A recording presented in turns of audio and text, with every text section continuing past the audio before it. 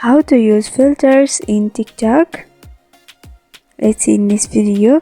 Before getting started, subscribe to our channel and hit the bell icon for more updates from us. Now let's get into the video. First of all, you need to open up your TikTok application on your device.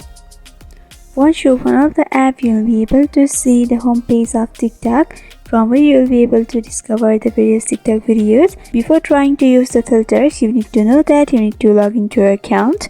For that, you can simply tap on your profile option in the right bottom corner, and here will be your option for logging in.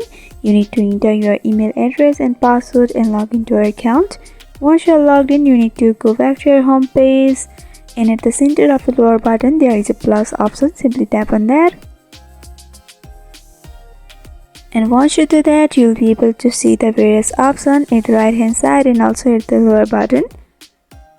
At the third option of the right hand side, there is a filters option. Simply tap on that, and from over here you'll be able to see the various filters. You have to choose which filter that you want to use. You can simply tap on that for using it, and you'll be easily able to use the filters. So this is how you use filters in TikTok. I hope this video was helpful. If you have got any queries regarding this video, then you can comment down below and let us know. Thanks for watching.